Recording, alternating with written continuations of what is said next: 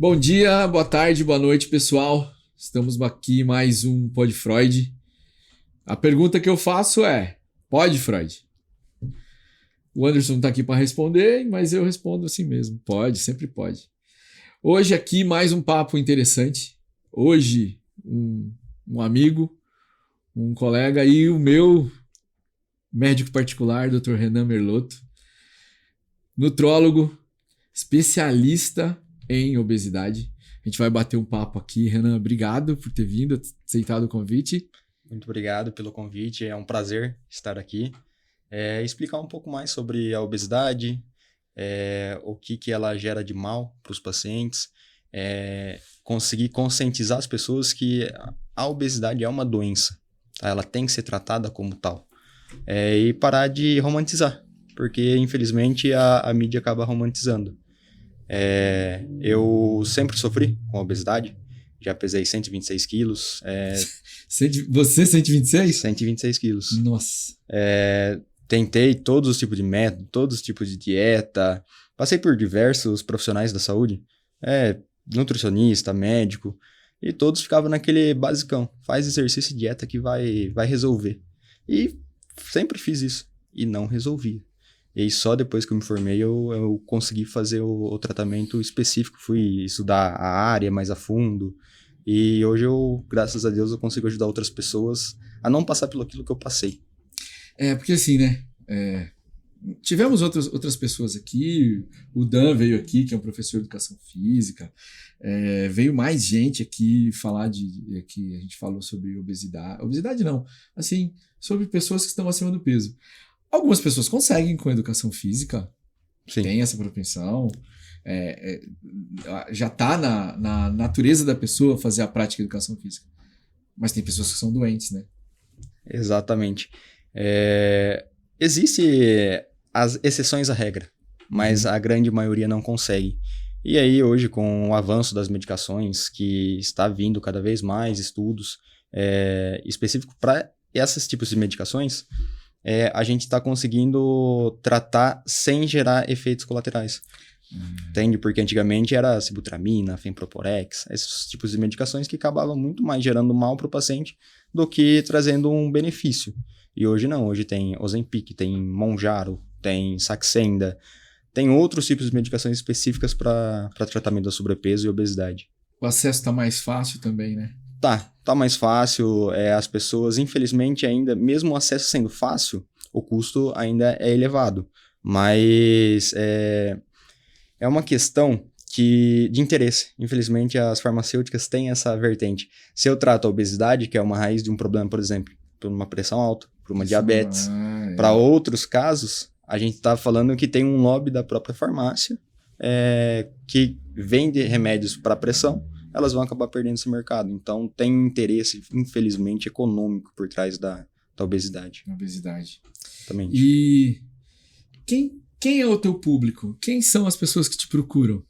Olha, a grande maioria são pessoas que já tentaram todos os tipos de método, já às vezes fizeram uso de medicações ou manipulados que acharam na internet, ou que o amigo falou que deu certo, e tentou e não deu certo, não deu resultado.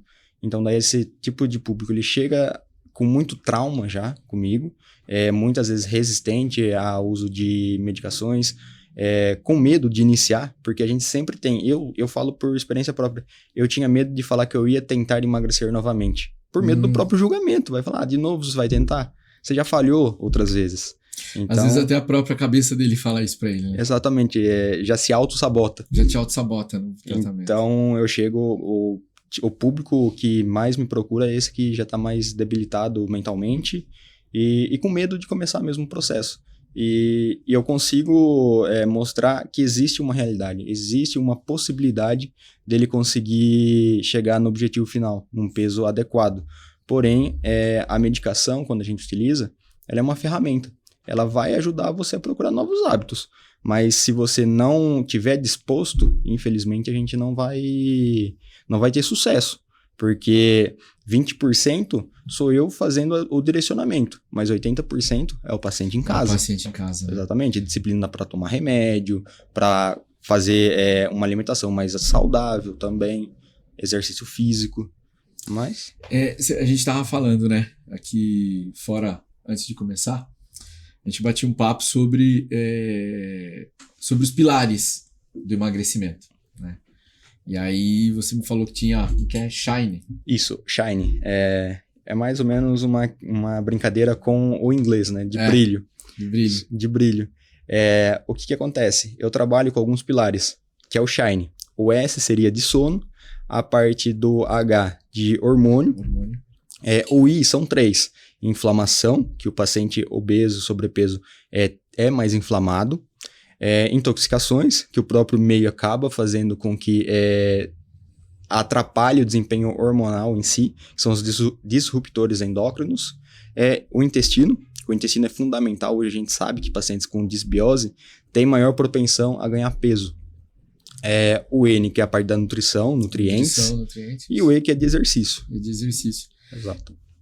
E aí, assim, a gente já bateu um papo, já conversou sobre isso várias vezes, até informalmente.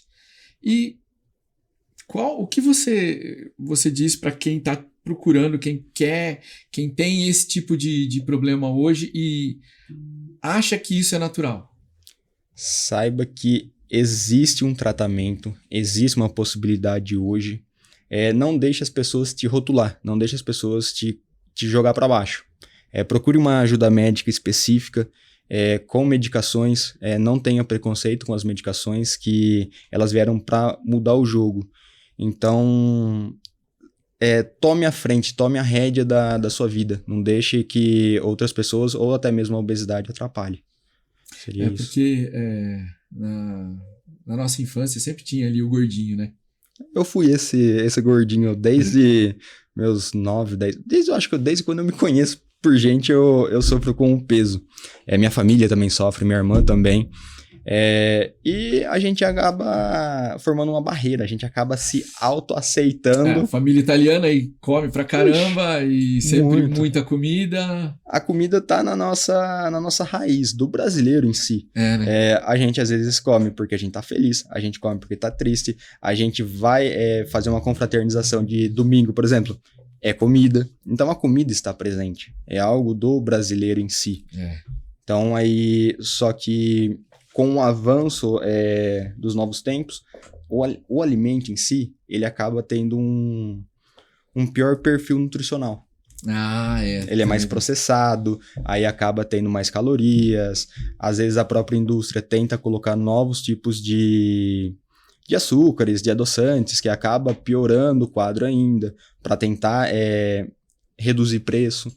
Então, infelizmente, tem essa questão alimentícia, e a parte de comer é da gente. A gente gosta de comer. Gosta de comer, gosta de tomar uma cervejinha, gosta de beber. Sim. E tudo isso acaba influenciando, porque às vezes você tá até ali, não, vou fazer um regime, vou emagrecer, vou segurar a boca, mas o seu meio, o seu ciclo que você vive acaba te influenciando. Acaba, exatamente. E acaba jogando, ferrando com o jogo todo. Exato. A gente sabe que, por exemplo, o paciente que, por exemplo, ele pesou já 120, 126 quilos, igual eu, por exemplo. Eu sei que o meu corpo ele está programado para voltar naquele peso máximo que eu pesei. 126 quilos. 126.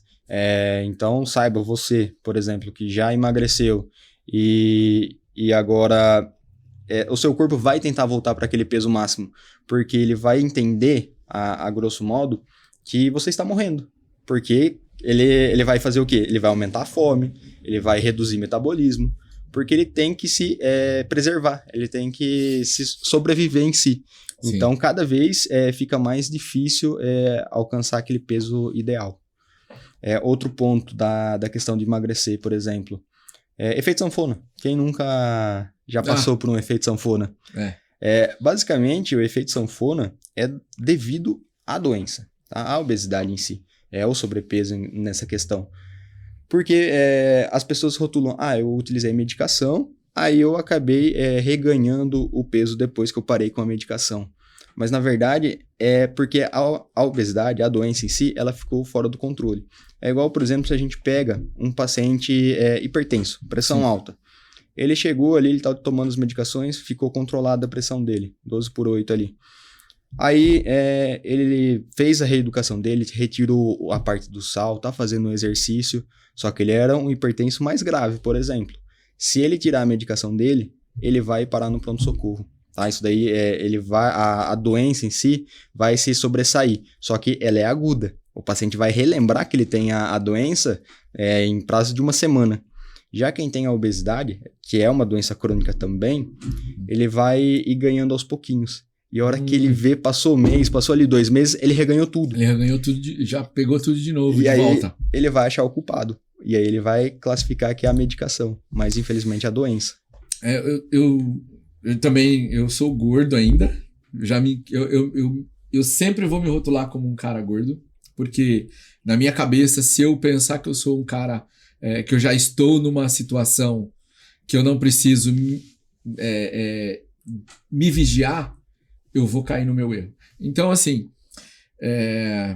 eu sempre penso que a medicação, ela vai me auxiliar a chegar num ponto e depois eu tenho que ter 2 fatores para eu me manter.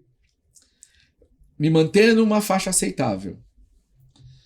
Mentalidade e rotina. Rotina é fundamental. Fundamental.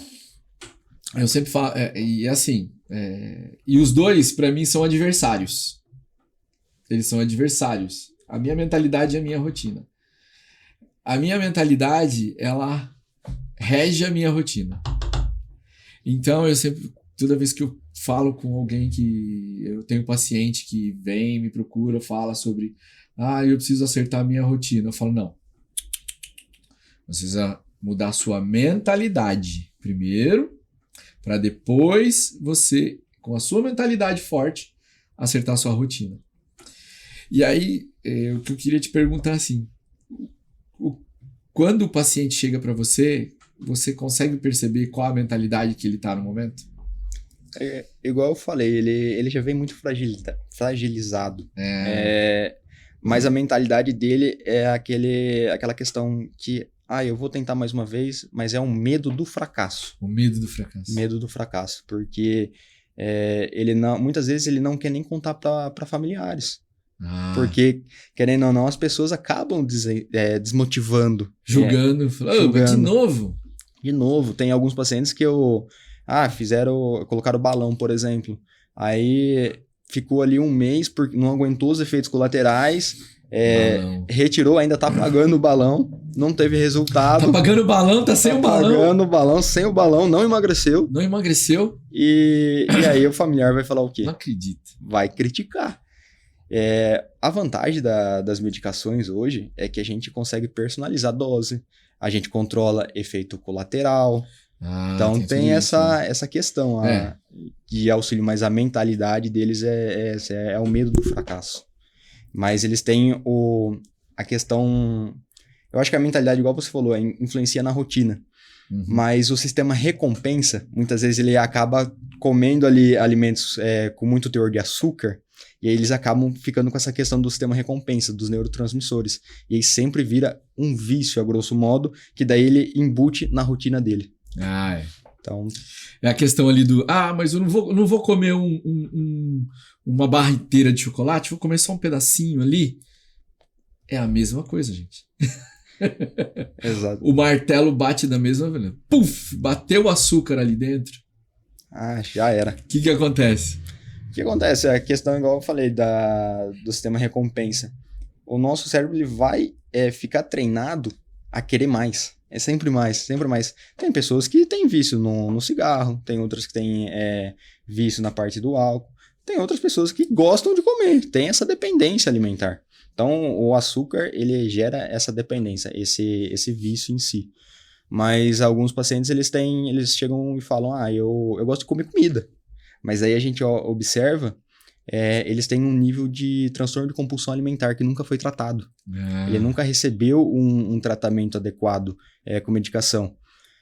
Aí a partir do momento que a gente faz o diagnóstico, inicia a medicação, eu até brinco, eu falo, agora você vai ter autonomia, você vai ter controle daquela situação. Sobre a situação. Exatamente. Ele vai, às vezes, olhar uma comida, vai ver ali algo calórico, por exemplo, algo hedônico, que a gente fala, um alimento hedônico, e vai falar, não quero, não preciso daquilo. E aí, essa é uma das jogadas do tratamento de diversas medicações na obesidade em si. Porque a obesidade, o ganho de peso, não é uma causa. Pode ser ansiedade, pode ser sono ruim, pode ser compulsão alimentar, pode ser genética também. Pode ser genética. Então, tem que avaliar caso a caso. Renan, me diz um pouco, qual a influência da gordura no corpo humano? Tá, a gordura a princípio, tá? A gente vai pensar lá nos nossos ancestrais. A gordura é estoque de energia. Estoque de tá? energia. Quando a gente não tinha energia elétrica, quando não tinha geladeira, até mesmo quando não tinha até fogo, por exemplo. O que os nossos ancestrais faziam? Eles acordavam cedo, saíam para caçar, eles acabavam comendo aquilo ali, eles tinham que armazenar, porque muitas vezes eles não iam conseguir ter alimento no outro dia. E aí depois eles iam dormir. Isso daqui acabou mostrando pra gente que a gente tem um ciclo circadiano, que a gente fala. É a variação dos hormônios em si, associado à nossa parte da genética, que a gente herdou dessa ancestralidade. Né? Então, basicamente, a gordura é um estoque de energia. Só que agora, com acesso muito fácil de alimento, aí acaba se tornando uma doença. Então, o paciente ele tem um depósito de gordura muito maior. Aí, quando a gente vai observar mais a fundo, lembra que eu falei da inflamação? Sim. A gordura, ela libera diversos marcadores inflamatórios, uma inflamação crônica de baixo grau, que a gente fala, não é uma inflamação aguda, por exemplo, eu saí ali, bati, por exemplo, minha perna e ficou doendo. Não é aquela inflamação aguda, é uma inflamação crônica que o paciente não percebe, mas a longo prazo traz muito malefício para ele. E aí essa inflamação ela influencia em fatores do que exatamente? Por exemplo, no homem, eu lembro de ter lido alguma coisa sobre a gordura influenciar na testosterona. Exatamente. A inflamação em si, ela vai piorar o desempenho da maioria dos órgãos, digamos assim. O homem em si, o testículo, ele produz a testosterona. Só que a própria gordura, junto com a inflamação, acaba piorando esse desempenho, tá? Então, tem essa vertente que piora a liberação de testosterona. Porém, a gordura também tem uma outra questão, não inflamatória, mas ela tem uma enzima que chama aromatase. Ela pega a testosterona que o homem produziu e converte em estradiol. E aí piora também o nível de testosterona do paciente. Então ele vai se queixar de libido, muitas vezes a concentração piora.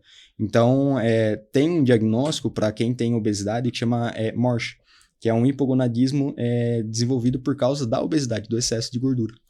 Então aí a testosterona se transforma em estradiol. Isso, quando o paciente tem muito tecido gorduroso. Muito tecido gorduroso. Exatamente, então tem essa vertente. Então, tanto a inflamação piora o desempenho do órgão em si, da função sexual e também... Isso, quanto a própria conversão em estradiol. Então, essas duas vertentes que a gente observa, os estudos observam. O próprio homem hoje, com o envelhecimento, ele tende a reduzir a produção natural de testosterona. Tá? Então, isso daqui, o paciente ali depois dos 30 já começa a reduzir, mas fica mais acentuado depois dos 40. Aí o paciente ele começa a desenvolver um hipogonadismo, redução de produção de testosterona. Aí vai começar, por exemplo, libido ruim, ereção matinal não é mais frequente, concentração piora bastante. Muitas vezes a mulher chega e fala, meu marido, ele não lembra do que eu falei. Ou não prestou atenção. E muitas vezes não é isso. Não é bem isso, é que ele tá ficando velho mesmo. Exatamente. Eu até brinco. Quando a mulher ela vem acompanhando o marido, ela se queixa desses fatores. Concentração, disposição. Já o homem não. O homem vai se queixar do libido. Então tem essas duas... São o mesmo pontos diagnóstico. De vista diferente. O mesmo diagnóstico, pontos de vista diferentes. Então, e hoje é possível fazer a reposição de testosterona. Existe a questão do mito, que faz mal, aumenta risco cardiovascular. Já caiu por terra esse conceito em si. A testosterona, ela traz muitos benefícios. Existem alguns estudos que já mostram que ela reduz a incidência de diabetes, diabetes e pré-diabetes. A testosterona ela mais alta, a gente divide ela em quartis, por exemplo. O exame laboratorial, para a população, para todo mundo entender, ele é um exame laboratorial, o valor tem valor de referência, mas ele não é personalizado para o que o paciente precisa. É referência num grupo geral. Num grupo geral. Entendeu? Eu acho que todos os exames de laboratório acabam sendo assim, né? Acaba sendo assim. Então, a testosterona, quando a gente deixa na parte fisiológica, não estamos falando de suprafisiológico, não é testosterona para ganho de massa muscular, tá? É para tratar doença, hipogonadismo. A gente joga ela pro quarto quartil, ali próximo de 800, por exemplo, o paciente tem benefício. Entende? Mas eu acredito que as pessoas vão entender um pouquinho melhor do que eu tô falando quando a gente vai olhar a vitamina D. A vitamina D, ela tem um gap muito grande. Ela pode variar ali de 30 a 100. Sim. Quem tá com 30 não é a mesma coisa que quem tá com 90, por exemplo. Ela não pode ficar a longo prazo acima de 100, porque senão ela traz malefício. Mas quando o paciente tá ali 80, 90, ele traz muito mais benefício quando comparado com 30. Eu tenho um amigo meu que ele mora na Inglaterra há muitos anos, ele veio para cá e lá ele tem que tomar cápsula de vitamina D porque o clima não ajuda. E ele veio para cá, a primeira coisa que ele fazia era ficar igual lagarto. Só. Ele falava assim, cara, e assim... O que eu observei, assim, o como ele mudava o ânimo dele. Assim, ele mudou o ânimo quando ele veio para cá. Ele fala, Paulo, o meu nível de vitamina D subiu, eu tô muito mais animado para fazer as coisas, consigo fazer meu trabalho mais fácil. Então, assim, realmente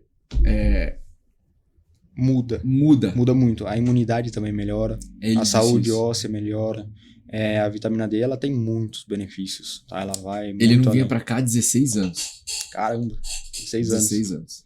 Então, é muito bom a gente sempre ficar de olho nas vitaminas quando o paciente ele tá em tratamento.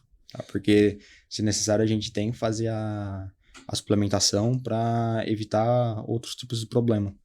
Ah, tá. E aí, o tratamento, ele é individualizado para cada pessoa. Exato. Para a gente tratar, fazer o paciente perder peso, é igual um mosaico, tá? Uhum. A gente não vai só olhar para a obesidade, a gente tem que ver o que gerou essa obesidade. Por exemplo, se ele vai ter uma ansiedade, a gente vai ter que controlar essa ansiedade. Se ele tem compulsão alimentar, tem que controlar. Ele tem um sono ruim, ele tem uma apneia obstrutiva do sono, por exemplo. A gente tem que observar se é por causa somente do peso ou se tem outro fator. Pacientes que dormem menos que 6 horas de noite, de sono por noite, eles têm um maior IMC, maior peso, digamos assim. Então, o sono está interferindo nisso. Se o paciente ele tem uma saúde intestinal legal, se ele tem desbiose ou não. Então, a gente tem que tratar ele como um todo. Tem que individualizar paciente por paciente. Não é pegar uma receita de bolo e falar, faz isso que vai dar certo. Não é assim. Cada paciente é único. É por isso você que aí, o meu amigo emagreceu, eu vou tomar o mesmo remédio que ele. Essa parte de tomar o mesmo remédio que o amigo. Essa semana eu atendi um paciente que ele falou, eu já gastei 2 canetas de Ozempic e não perdi peso. A hora que... Como que ele gastou 2 canetas de Ozempic e não perdeu peso? A dose estava errada. A dose, ele estava ali numa dose baixa. A dose de Ozempic a gente pode usar até 2,4 miligramas por semana. Ele estava usando 0,25 miligramas por semana. Só que o que acontece? O amigo dele não tinha obesidade grau 3 igual ele. Tinha ali sobrepeso próximo da obesidade, grau 1. Então, o nível de obesidade dele tem uma diferença. O corpo dele é um, o do amigo é outro. E aí a gente ajustou, a gente mudou as medicações. O amigo ele não era compulsivo, pelo que ele me relatou, já ele tinha uma compulsão por alimentos, então por isso que ele não perdia peso. E esse tipo de paciente, ele vem com receio. Mas eu vou usar de novo, sendo que eu já não tive resultado. Eu quero outra coisa. E aí a gente explica, mostra resultado de outros pacientes, e aí ele acaba acreditando. E quando ele vem fazer a bioimpedância no consultório para avaliar a composição corporal dele, ele observa que a gordura dele está reduzindo. Porque não adianta muitas vezes a gente perder peso. Peso de balança, peso e espelho não é de confiança, tá? Peso que a gente olha ali na balança de farmácia não cai naquilo lá. Se o paciente ele perdeu peso às custas de músculo, ele vai observar na bioimpedância que o percentual de gordura dele subiu. E a gente não quer, a gente quer fazer o paciente perder peso às custas de gordura. Porque quando a gente fala, o paciente é gordo, vem da parte de gordura. A gente quer fazer ele reduzir gordura. Reduzir a gordura e, se no possível, mínimo, manter a massa muscular. Massa muscular. Porque quando você emagrece, você acaba perdendo um pouco de massa muscular, né? Muitas vezes acontece isso. Existem estratégias agora para evitar essa perca de massa muscular, mas acaba acontecendo muitas vezes essa perda. Porque você vai observar, já deve ter conversado com outras pessoas, eu já passei por diversos efeitos sanfonos, por exemplo, ela vai relatar. Só que agora eu tô com mais dificuldade de perder peso. Não tô perdendo igual antes. Muitas vezes acaba jogando culpa na idade, mas não é muitas vezes a idade. O que acontece? Quando a gente perdeu aquele peso ali, ele perdeu massa muscular mais massa de gordura. Aí depois, quando ele reganhou, ele não ganhou músculo, ele ganhou gordura. E vai fazendo isso sucessivamente.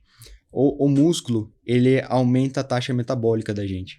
Ele faz gastar mais energia. Uhum. Então, a cada vez, a hora que ele tá lá no final, ele tem pouco músculo, o metabolismo é mais lento, então ele não vai ter o mesmo resultado que antes. Ou seja, o ideal é a pessoa aumentar um pouco a capacidade muscular, reduzir a parte de gordura. E aí, continuar nessa... A gente fala, eu gosto muito de explicar ao paciente que tem 2 fases no emagrecimento. Se você quer evitar efeito sanfona, saiba o que é o mais importante. Ganhar massa muscular. Só que ganhar massa muscular é muito difícil, tá? Se você, por exemplo, utilizou medicação e quer parar de usar medicação, eu tenho pacientes que conseguiram parar de usar medicação.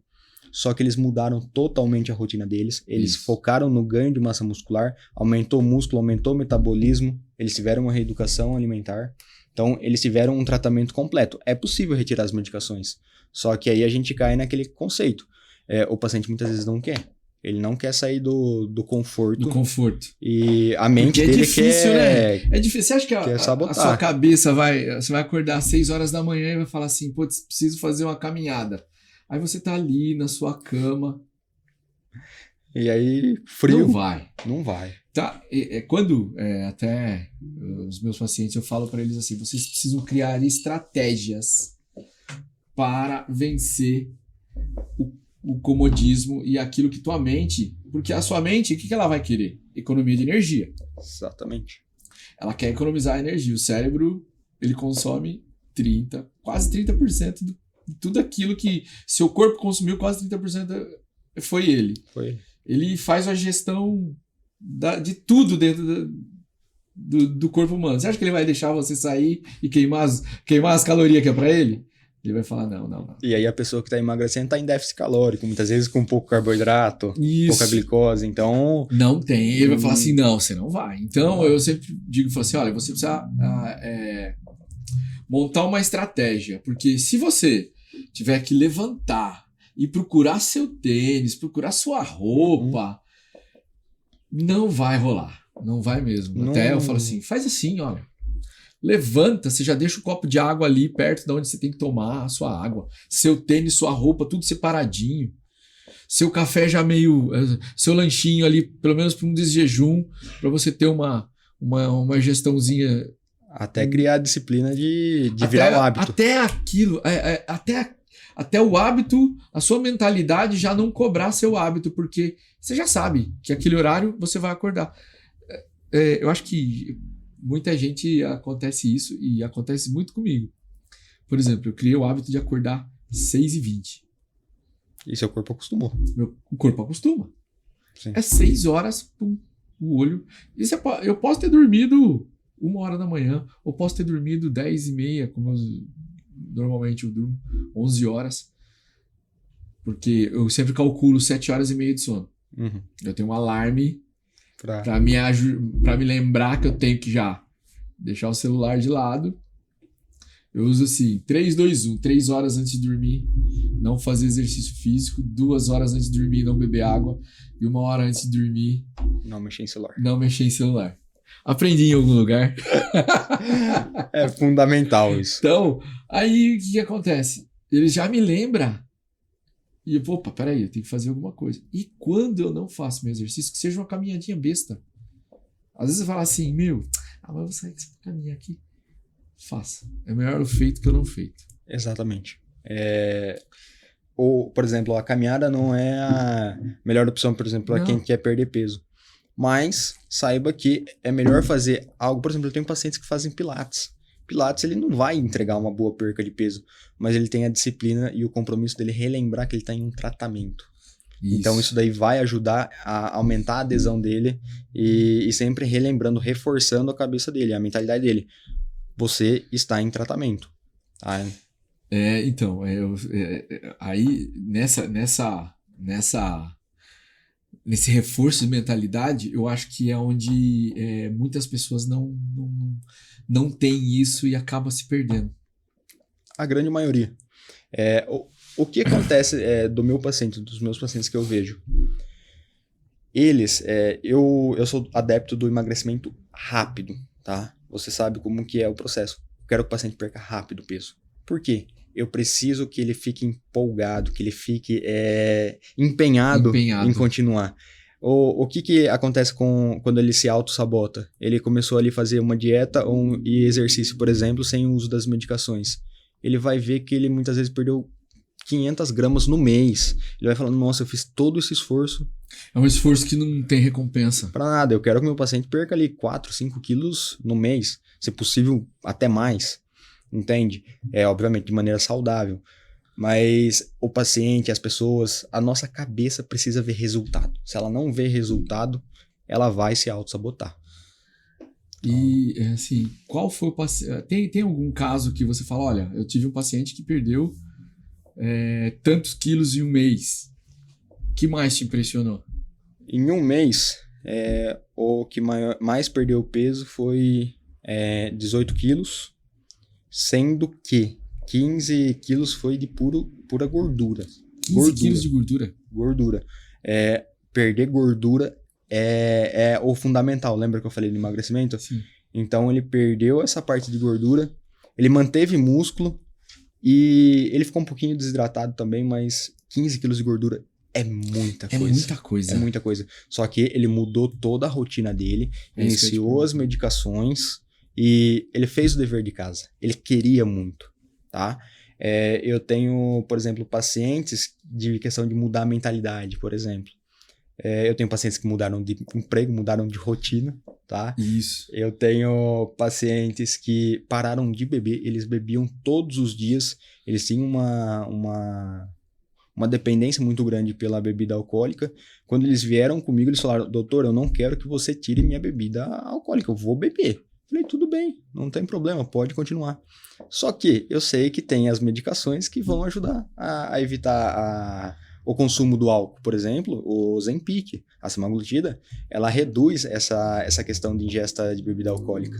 Então, existe, igual eu falei, a ferramenta. Eu sei, essa paciente, ela queria muito parar de beber, tá? Só que ela não queria, lembra da autossabotagem? Sim. Ela não queria expressar, porque, querendo ou não, a bebida alcoólica é um reconforto também de muitas pessoas. E teve essa questão de mudar a mentalidade. Ela mudou, ela perdeu já, acho que, ao todo foi 30 quilos, tá? Em menos de 6 meses. Acho que foi 5 meses, mais ou menos. Então, é aquela questão. Ele tem que ver resultado. Ele tem que visualizar. E a partir da hora que ele começa a ver resultado e parece que ele começa a se empolgar. Sim. Você percebe nos seus pacientes assim que a mudança de vida que é proporcionada muda não só a vida do paciente, dos familiares. Nossa, que é um impacto social muito grande que esse paciente ele vai ter. Ele, por exemplo, chega para mim fadigado, cansado, com dor articular, com aquele sentimento de empanzinamento, muita... sem disposição. Exato, ele chega muito debilitado. E aí depois de 2, 3 meses de tratamento, ele já olha e fala, nossa, como eu mudei. Por exemplo, antes ele não dormia bem, agora ele já tá dormindo porque ele perdeu peso, ele para de roncar. Ele Aí a mulher melhora. começa, não reclama mais também. Exatamente, ele começa a melhorar a libido, porque a gente reduziu a gordura, então vai sobrar mais testosterona. Tá? Então, ele muda todo o contexto dele. E aí, o familiar, por exemplo, todo mundo que ama alguém quer a felicidade do próximo, quer a felicidade daquela pessoa. Isso. Então, tanto o marido, quanto mulher, quanto filhos, no começo, eles ficam um pouco receosos. Por quê? Por medo da paciente ou do paciente acabar falhando. Só que depois, na hora que eles veem o resultado e aquela pessoa feliz, aí vira uma rede de apoio muito grande. Eles começam a empolgar, a elogiar, e aí a aderência ao tratamento muda o contexto familiar todo. Tá? O contexto familiar todo. Eu falo que o impacto na vida dessas pessoas é inimaginável. Tá? É algo que eu vejo que as pessoas, elas ressignificam a vida, digamos assim. Antes elas aceitaram que elas iam ficar com aquele peso e não mórbidas tinha solução. Ali. Exatamente. Eu sou assim mesmo, vou ficar dessa maneira mesmo. E não, a partir da hora que tem um start. E aí é aquele negócio, é o começo. É dar o primeiro passo. O mais difícil, meu paciente já fez quando ele veio na primeira consulta. Porque ele já quebrou aquela primeira barreira. A primeira barreira. Porque, querendo ou não, ele fica querendo postergar, ele fica querendo se auto-sabotar. Então, a partir do momento que ele veio na primeira consulta, ele já deu o maior passo de toda a mudança. Aí depois, a hora que vem com os exames e tudo mais, a gente inicia o protocolo como um todo, aí a gente começa a ir pro jogo de fato. Mas o ponto principal é marcar a consulta e vir. Porque a maioria não se auto-sabota e posterga. A partir da hora que você tem venceu a primeira montanha... Aí o resto é consequência. É consequência. Nossa, Renan, eu acho assim, é muito difícil para uma pessoa sair da zona de conforto dela e dar esse primeiro passo. É difícil porque ela já deu outros passos no passado e falhou. Só que deu o passo errado. Não deu o primeiro passo, o passo correto. Então, é uma sucessão de erros que no passado aconteceu e não tinha as medicações boas, eu falo. Então, é muito legal ver a transformação dessas pessoas.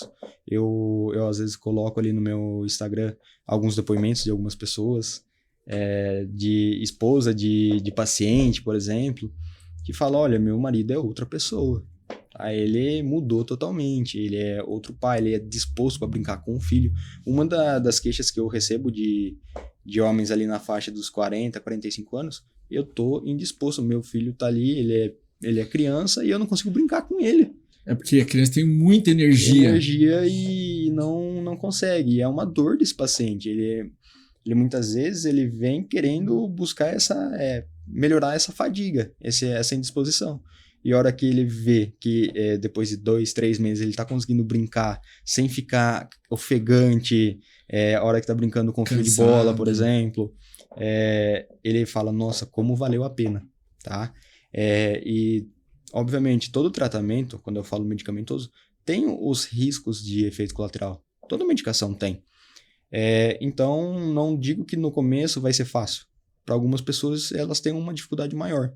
Mas a chave do sucesso para tratar o excesso de peso é a constância. É o tempo fazer o efeito. Ela não é uma corrida de 100 metros. É uma maratona. Que todo dia tem que levantar e correr e fazer acontecer. Tá? Tá vendo, pessoal? Então, assim, para quem acha que perder peso é uma corrida de 100 metros... Não é. Não é. Não é, se você for com esse pensamento, vai falhar, infelizmente. E para correr uma maratona precisa disciplina, preparo e mentalidade. Porque sem mentalidade, a disciplina, a mentalidade, ela é a base do ser humano. A gente não acorda feliz, empolgado todo dia, mas a gente tem a disciplina. A gente sabe que a disciplina ela vai gerar muitos frutos no futuro, tá? E a mentalidade ela está associada à disciplina em si.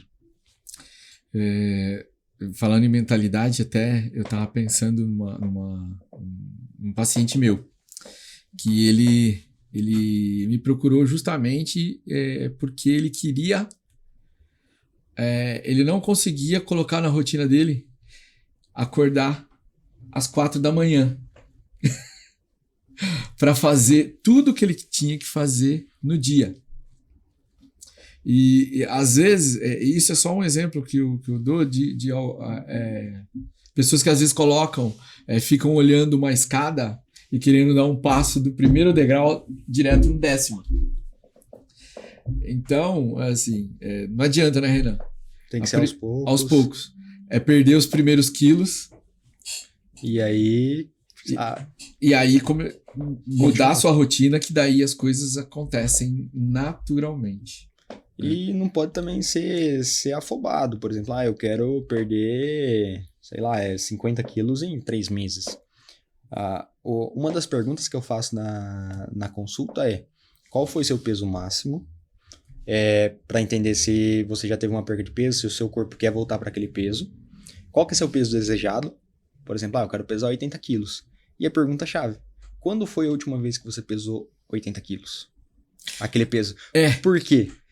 O emagrecimento é rápido, só que não tão rápido igual as pessoas têm a expectativa. Eu pesei esses 80 quilos, eu tinha 18 anos. Exatamente. O cara tem 50. Então levou um tempo para ele ganhar esse peso. E para perder vai levar um tempo, só que não vai levar todo o tempo de ganho.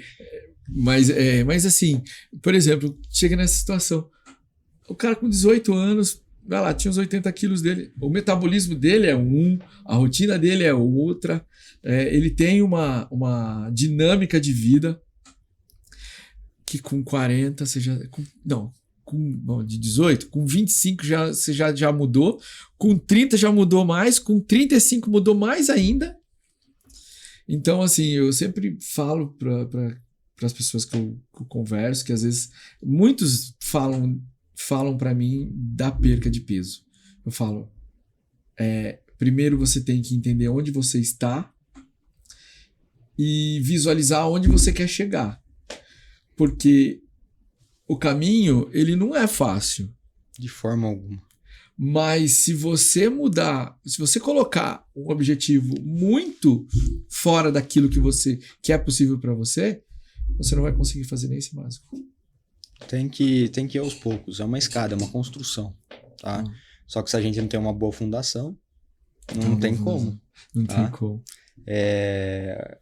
Enfim, diversos fatores que acabam influenciando. E, por exemplo, um paciente igual você falou, 35, 40 anos, o estresse que ele tem, o trabalho que ele desempenha é grande também. A responsabilidade é outra do que uma pessoa de 18 anos. Como que você falou do estresse, né? No processo que você faz, você percebe essa influência do cotidiano, da vida da pessoa, que hoje nós temos aí o mundo corporativo, ele é extremamente estressante.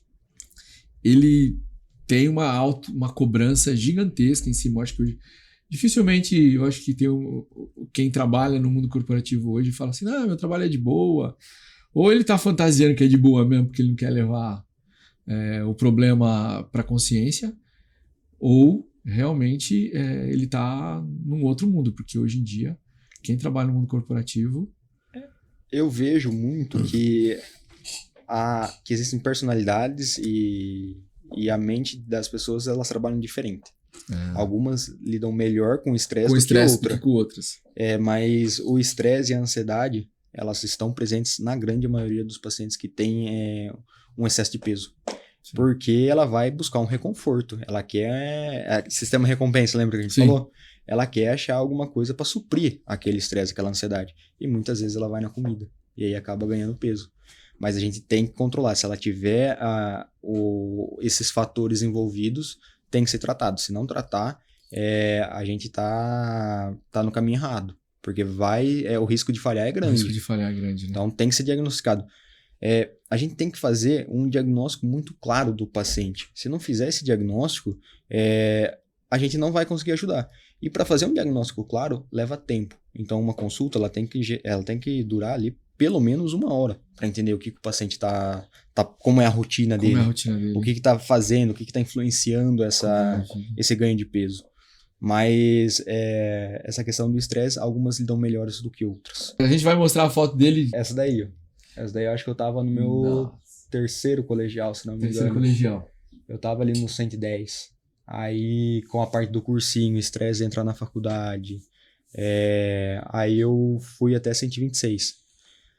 Aí eu passei toda a faculdade ali, lutando contra o peso. Aí eu já depois de formado. Depois de formado. Só que antes de chegar nessa versão, antes de entender que a obesidade tinha um tratamento correto, eu na faculdade ali, 4º ano da faculdade, eu falei, opa, eu vou ter formatura. Eu quero formar legal, né? Tem que estar no apresentável, shape, né? Aí eu procurei ajuda médica, procurei nutricionista e eu nadei durante 1 ano e meio. 1h30 de segunda a sexta, tá? Eu saí... Natação. E você era atleta? Você fazia... Olha, eu sempre gostei de nadar. Isso daí era algo que eu sempre gostei. Só que eu saí do 126 e fui pra 113. E eu estagnei. Eu cheguei no platô. E aquilo ali me desestimulou muito. Aí eu parei com o exercício. Eu fiz a dieta ali e tudo mais. Não entrei com medicação. Eu entrei com essas manipulado que alguns médicos passam, mas que é ineficiente, tá? Na grande maioria. Aí eu me desestimulei. Falei, deixa quieto. E aí eu reganhei esse peso. Voltou. Aí eu falei, nossa, é uma dor, é uma dificuldade muito grande. Pô, minha irmã, ela colocou o balão, passou muito mal. Ela pesou já 128 quilos, 129. E não dava certo, era uma dor da minha família ali no contexto geral. Aí, o que eu fiz? Eu fui estudar mais a fundo. Eu falei, eu preciso entender o que é isso. É algo que tem que ter. Tem gente que consegue, tem gente que não consegue. Por quê? Aí eu fiz a pós-graduação em nutrologia, pela Abram. Aí, ali foi o meu primeiro contato com algumas medicações, com algumas estratégias medicamentosas e não medicamentosas.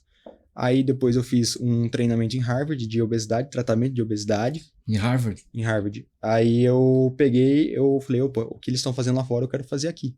E aí eu comecei a colocar em prática. E eu falo, eu fui o paciente zero. Você é o paciente zero. Eu fui o paciente zero. Eu coloquei em prática a parte da medicação em si, o que as pessoas estavam fazendo. Antes de iniciar uma medicação, às vezes as pessoas vão... essa paciente tem indicação. Mas lembre que elimine contraindicações. A gente tem que eliminar essas contraindicações. Eu não tinha nenhuma. Aí eu iniciei com as medicações. Aí eu consegui chegar no meu peso que eu tô hoje, basicamente. Eu tô em torno de 82, 84, varia. Com uma composição corporal melhor. Então, meu metabolismo é melhor do que naquela época. Mesmo eu perdendo peso, eu foquei nessa parte muscular. E aí eu falei, eu quero ajudar outras pessoas. Aí começou, eu fiz daí o tratamento da minha irmã. Minha irmã, ela saiu de 129, igual eu falei, foi pra 88, agora acho que ela tá com 83. Com as medicações... 129 para 83. Exatamente, para 83.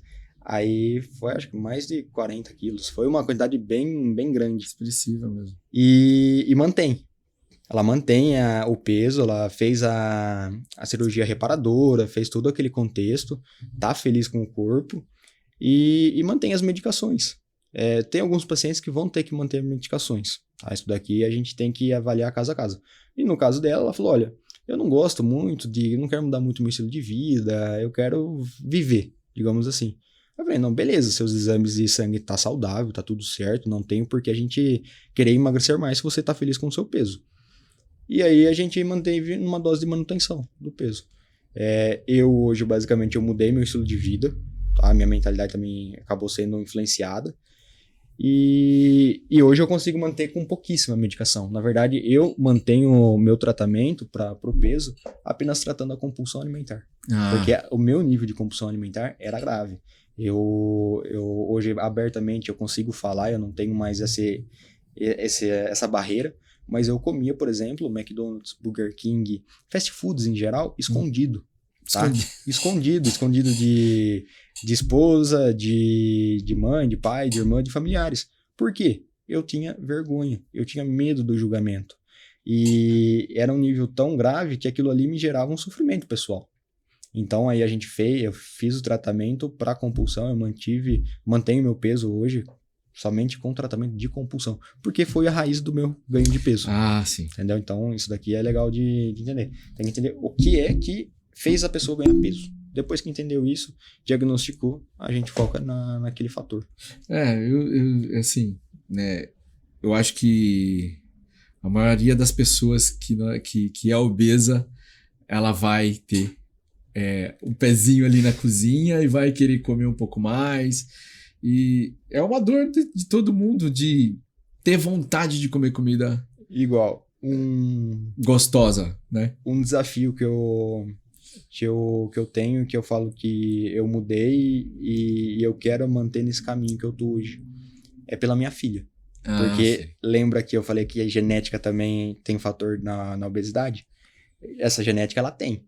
Só que se o ambiente dela não for obesogênico, não for ali favorável para desenvolver, né? Ela não vai desenvolver. Então, muitas vezes, se você não quer mudar por causa de você, mude por causa do seu filho, sua filha, porque isso daqui... De alguém que você ama, né? Porque vai ter impacto na vida dessa pessoa.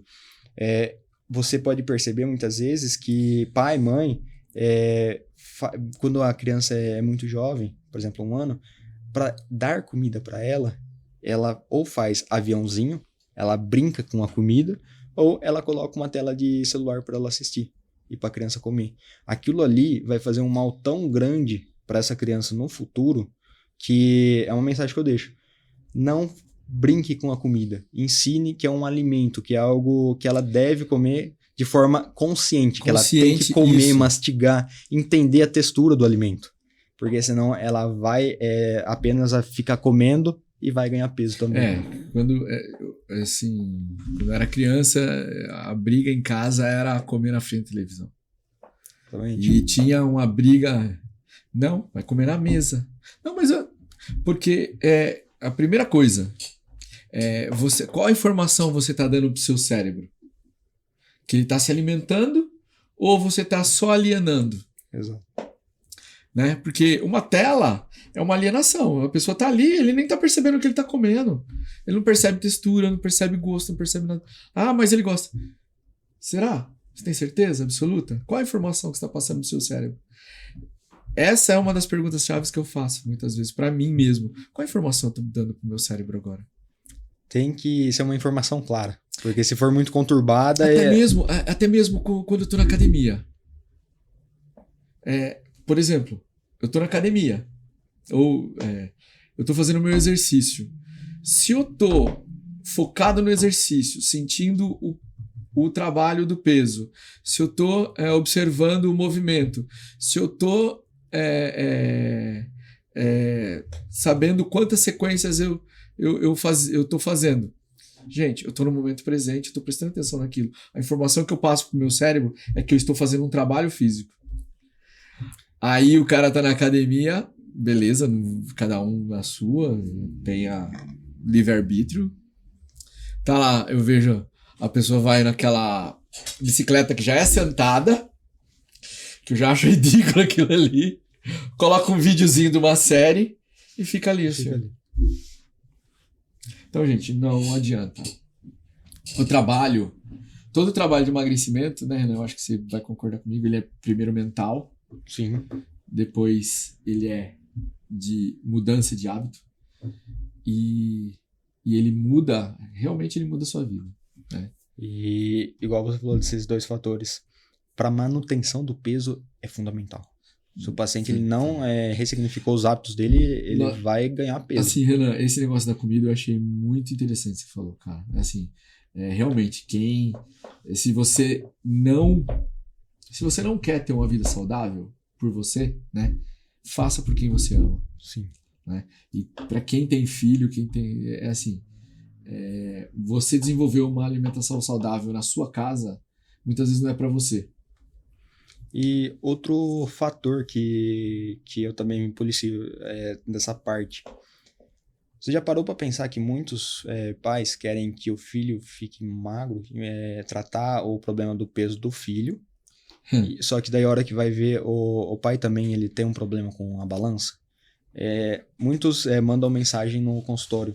Ah, meu filho tem 15 anos e eu quero ajudar ele a perder peso. Aí a pergunta que às vezes a gente acaba fazendo para alinhar a expectativa com o paciente. Você também tem problema com o peso? Por quê? A pessoa, a criança de 12, 15 anos, ela não vai no mercado ficar comprando besteira, porcaria. Quem faz a compra em casa é os pais.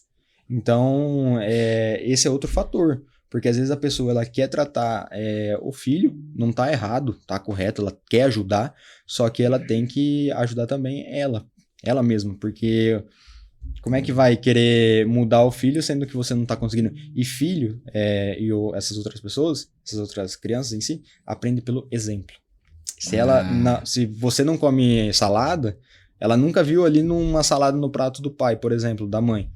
Ela não vai aceitar. Não é uma questão de paladar. Paladar a gente treina. A gente consegue ir experimentando novos sabores. A gente consegue fazer esse treinamento do paladar. Só que o exemplo em si é fundamental. É isso mesmo. Entendeu? O pai e a mãe não vai pra academia. Não tem como. Não tem como o filho Exato, achar que... É aquele negócio, né? Os pais criando o reizinho e a rainha, dando de tudo que eles não tiveram para aqueles ali, achando que vai fazer o melhor, mas esquece que o exemplo dos filhos são os pais.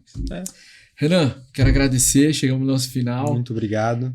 Pessoal, vamos deixar aqui o contato do Renan, para você aí que se identificou com o tema, que tem dúvidas, comenta, posta um comentário, coloca ali. A gente vai deixar os contatos do Renan, do consultório dele, para que você possa entrar em contato.